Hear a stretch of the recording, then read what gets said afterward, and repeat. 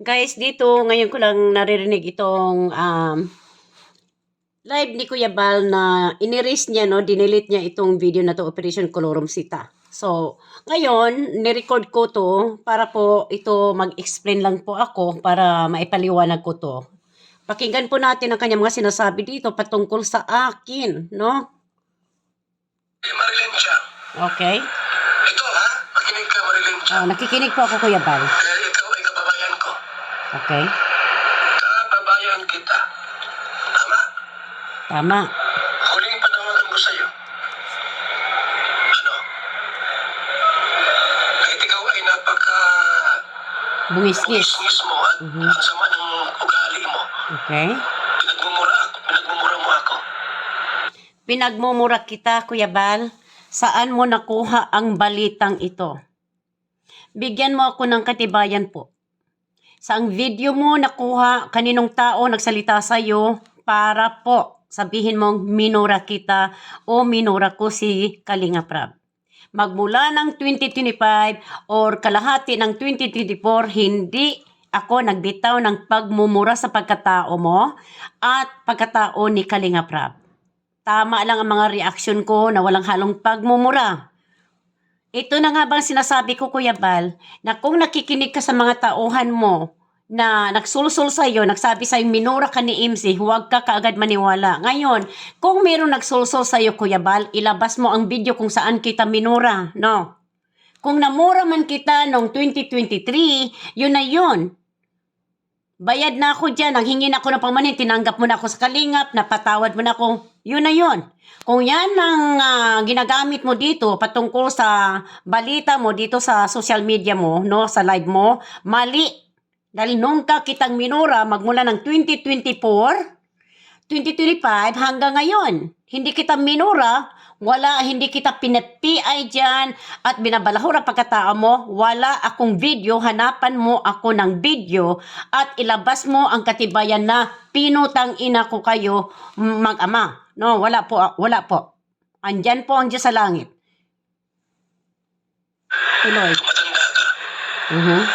Ngayon ang ikaw pa ngayon nagkasala. Na naniwala ka sa mga tao nagsasalita sa iyo.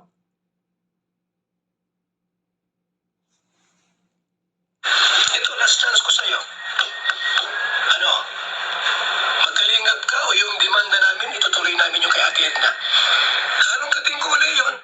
Yung demanda ni Ate Edna sa'yo, bubuhayin ko yun. At panibagong demanda naman ang ihahain ko sa'yo. Anong gusto mo? Pati si Federico nagbago. Kung dahil ay so... Magkaiba kami ni Federico, Kuya Bal. Si Federico, si Marlene Chang ako. May panindigan ako. At kung sino man magsalita sa iyo na minura kita, iharap mo yan sa kamera at maglabas ng video magmula ng 2024 hanggang ngayon. Pakitaan ng video kung kailan kita minura, no? Bago mo kuhusgahan at maniwala sa mga nagsabi sa iyo na pinagmumura po kita. Dahil yan po ang pinapanindigan kung hindi kita minura, hindi kita pinuputang ina. Laglag na. Ayan na. Yung mga papers, pipirmahan ko na lang. Mabuti po nagbago. Nagbalik loob kay Papa Bal. Nagbalik loob talaga ako kasi naniwala ako. At may pinag-usapan tayo na walang nakakaalam. Bakit ako nagbago? Dahil hindi para sa sarili ko, kundi para sa Panginoon. Dahil alam ko ang mali, alam ko rin ang tama. Hindi man ako perfectong tao, no? Lahat naman tayo makasalanan at lahat naman tayo nadadapa rin. Pero huwag natin gamitin ang social media para siraan mo ang tao dito, kagaya ng pagkatao ko, na pinapaniwalaan mo, minura kita. Hindi kita minura magmula ng 2024 hanggang ngayon. Wala akong pagmumura sa iyo, Kuya Bal. Ngayon, yung sinasabi mo dito, minura kita, tapos itutuloy mong kaso, nasa sa inyo na po yan, ang desisyon na yan. No? Gawin mo lang po ang tama.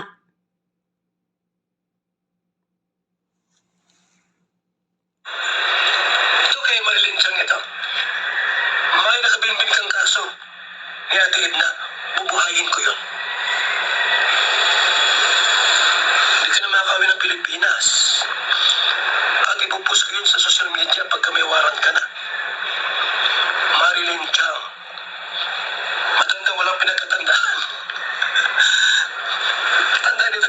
Bakit? Yung kasong nakabinbin po. Anong kinalaman dito sa bagong isa sa mong kaso dahil naniwala kang minura kita? Ganon ba? Nakabinbin na kaso na mahigit isang kalahating taon at isang taon at kalahati. Alalahanin mo pinag-usapan natin, Kuya Bal.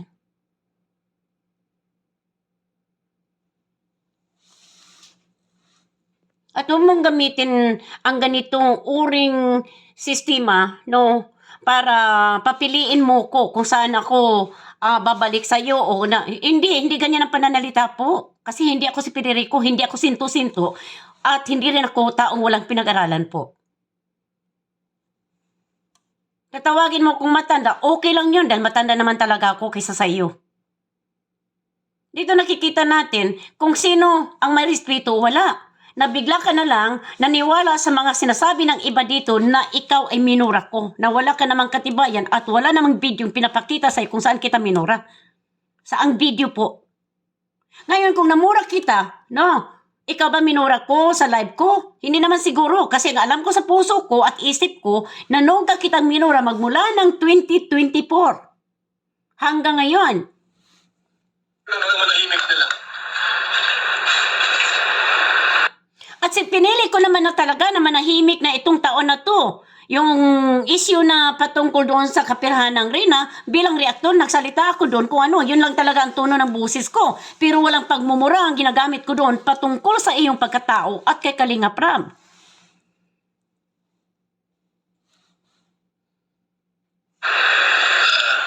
Ano, Marilyn siya, magpapabal ka o yung kaso itutuloy ko? Anong kating ko yun? Nandiyan lang sa office ng Parang extortion. Parang extortion ang ginagawa mo dito sa akin eh. Pagbabanta, kung hindi kita pipiliin, ididemanda mo ko. Anong demanda meron ka? May katibayan ka bang minumura kita? Nasabihin mong, gagawa ka ng istorya na ilalibel mo ko na wala ka namang katibayang video na minura kita. Hanapan mo ko ng video na minura ko kayo. Na ikaw mismo minura ko. Na pinangalanan kitang ikaw, Bal Santos Matubang, P.I. Ikaw, wala akong ginagawang ganon. At ikaw, kay Kalinga Prab, wala din ako sinasabing ikaw, Kalinga Prab, P.I. ka rin. Wala akong ginagawang ganon. Ayusin mo, Kuya Bal, ang reaksyon mo sa akin. No? Ang taas pa naman ng respeto ko sa iyo, magkababayan nga tayo.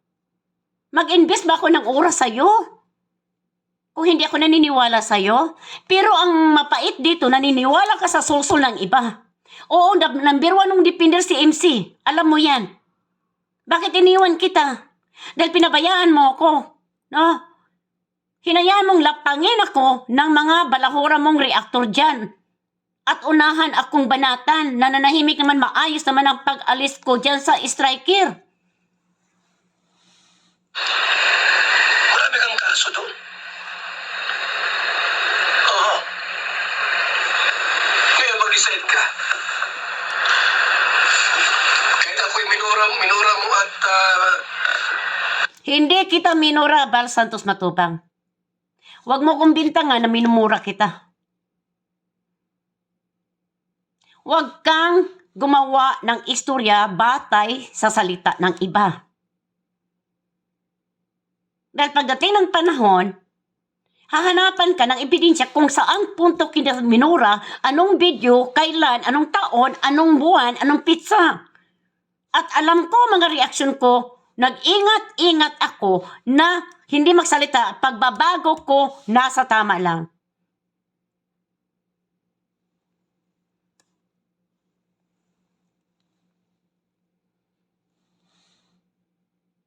pinabalahura mo ako ng tudo-tudo. Hindi kita pinapalahura ng tudo-tudo, Kuya Bal. Wala akong masamang sinasabi sa iyo. Kundi ang sinasabi ko lang, no? Bilang ama ni Kalinga Prab. Hindi na dapat, no? Magtatanggol kay Kalinga Prab bilang depender dahil may edad na si Kalinga Prab. Higit sa lahat, bilang matanda na po, may edad na po. Dapat maghinay-hinay ka na po sa inyong mga paglalive. para sa kalusugan mo. Wala akong pambabalahura sa pagkatao mo. Klaruhin ko lang sa iyo, Bal Santos Matubang. Oh, hayaan ko na yon. Pagbibigyan na kita. Salamat!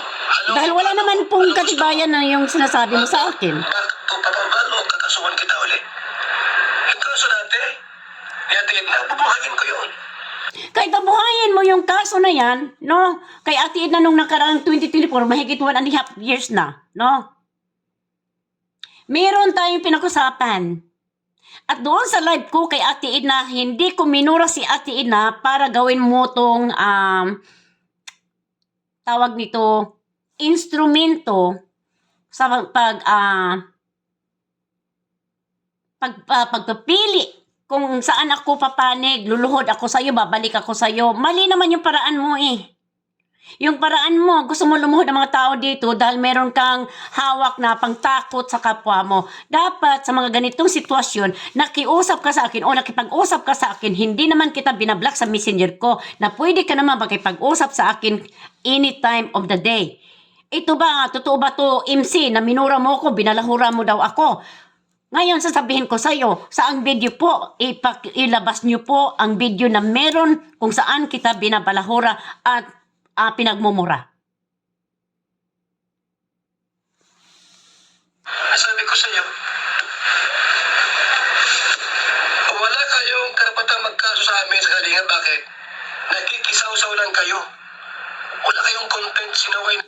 At dito nababanggit mo, no? Nakakasuhan mo ko dahil batay sa iyo, minumura mo ko, minumura kita, binabalahura kita, sagad-sagad, at ipopost mo ang kaso mo sa akin dyan sa Pilipinas dito sa Amerika. Okay? Anong kinalaman ng kaso na isasampa mo sa akin dito sa Amerika? At higit sa lahat ng mga pagsasampa mo ng kasong walang katibayan, accusation without merit, Kuya Bal, kailangan patunayan mo na meron akong video na minura at binalahura kita. Dahil yan po ay wala pong katotohanan, ito ako magsabi sa iyo.